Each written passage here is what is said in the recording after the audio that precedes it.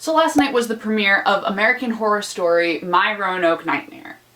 I started watching American Horror Story about 3 years ago, in the sort of October build up to Halloween, which, you know, is my time to shine. It's really when I'm at my full strength. I binged watched the first season of American Horror Story in like 24 hours, even though I hate horror, or at least I hated horror at that point. I am super jumpy. I'm super imaginative, which makes watching horror films really bad because I'm one of those people that walks out of the movie theater and immediately assumes that I'm going to get assaulted or like attacked by a spirit, even though like the movie I just watched took place in the woods in Alaska. I'm in the middle of a crowded parking lot waiting to get attacked. But I watched it anyway. I loved season 1 of American Horror Story. I binged season 2 of American Horror Story. I caught up with Coven while it was on TV, and I've watched every season since. I didn't get to finish American Horror Story Hotel because it just didn't really click with me the way that all the previous seasons had. I thought it was a really interesting premise, the haunted hotel sort of thing that's always really good and really big with things like The Shining, which is a movie that I absolutely love. But what made American Horror Story Hotel different is that it was very gore-based. It was very based on not wanting to watch everything that happened on TV because it was like purposely being cringeworthy. And that's not really my thing. I don't love gore. One of the aspects that I loved about American Horror Story is the creepy vibe. So I'm really excited to see that American Horror Story season 6 is sort of returning to that.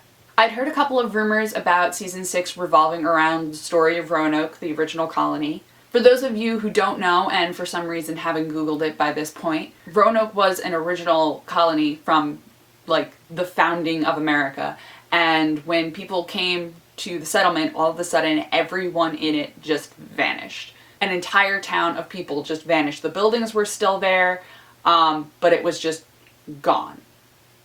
Everyone was gone. So when I heard that it was going to be about Roanoke, I was like, that's a great premise. I would love to see that. Let's go colonial America. So we're not going a colonial America, but I'm still okay with this. I'm still okay with this. I'm pleased. It really feels like we're going back to the roots of American Horror Story. Season 1 started with an unhappy family who had suffered a miscarriage, so they uprooted the 3 of them, moved from the city life into the suburbs, and moved into a haunted house. And this season we have a young interracial couple, which is great, who have a miscarriage, get up and move from their city life into this haunted house from the 1700s. Which, you know, is a bad choice. But, you know, it really makes me feel like we're back in season 1, which is really exciting. I miss Tayessa. Tayessa was so great. But also, we have Cuba Gooding Jr., and like, I spent the first 20 minutes, because they just shot him from behind at first, and it was just the back of his head. And I was like, is that him? Oh my god, it is! That's awesome! I'm like really excited to have him on the show, so I think that's gonna be really great. But we only get to see him in the dramatic reenactment part of the show, which is a whole aspect of this season that I find very interesting. It's a very interesting choice. For one thing, it means that I don't have to worry about the characters as much.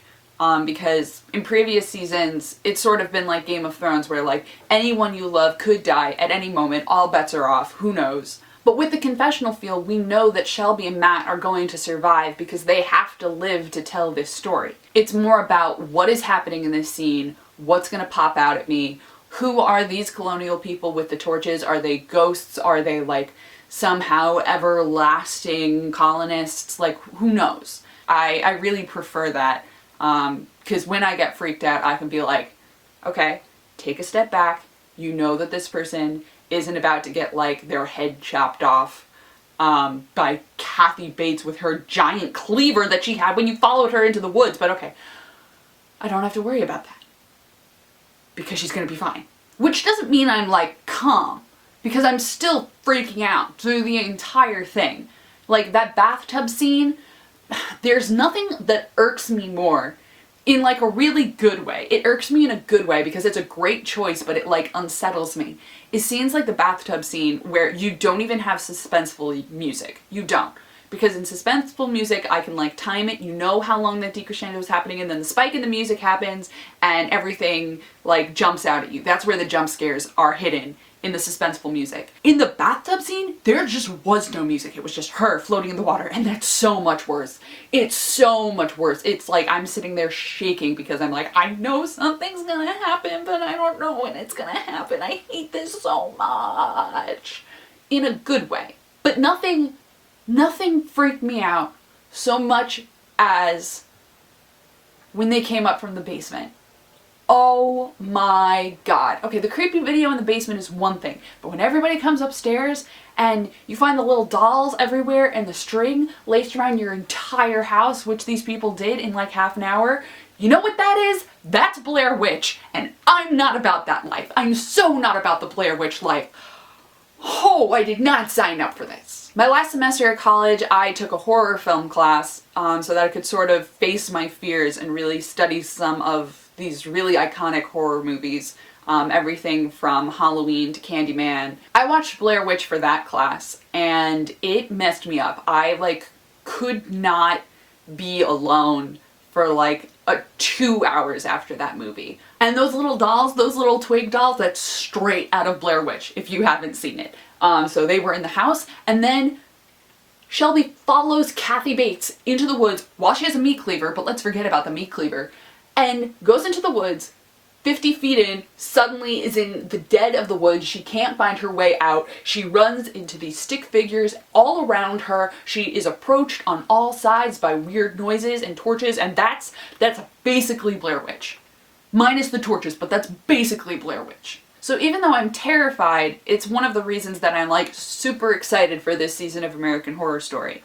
Because I don't have to worry about the characters, but also it plays on my innate fear of the creepy. The thing about Freak Show and Hotel is that after Coven, I sort of stopped being afraid of American Horror Story.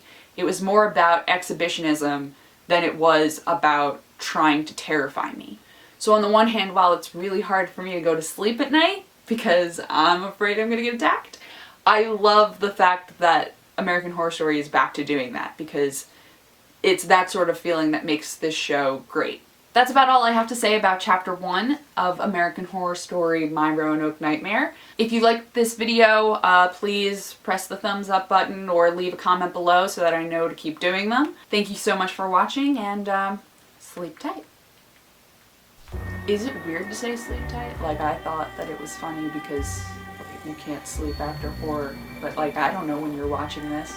Maybe you're watching this when you just woke up. So like, don't go back to sleep. Go be a productive human being. It's good for you.